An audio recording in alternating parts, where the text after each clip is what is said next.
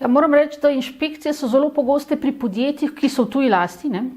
In sicer to so odvisna podjetja v Sloveniji in če ta poslujejo relativno slabše od konkurence ali pa če poslujejo z davčno izgubo, je verjetnost prihoda inšpektorja zelo, zelo velika.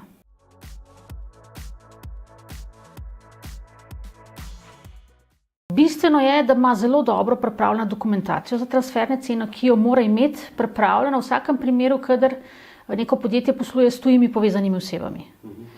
In tej dokumentaciji že na nek način dokazuje, da so njegove transferne cene tržne, ustrezne, da jih je skratka oblikoval v skladu s trgom, z neodvisnim tržnim načelom, pravimo.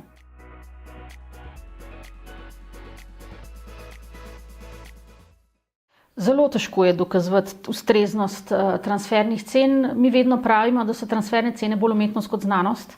To je najmanj pravno področje med davki, seveda v enem zakonu ne more biti napisano, kakšna je lahko ali pa kakšna mora biti neka cena.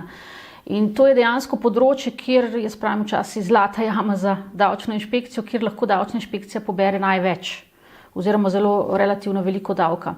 Davčni zavezanec se pa proti temu zelo težko bojuje, ker nima nekih, bom rekla, nekih mehanizmov, s katerimi bi ustrezno dokazoval tržnost transfernih cen.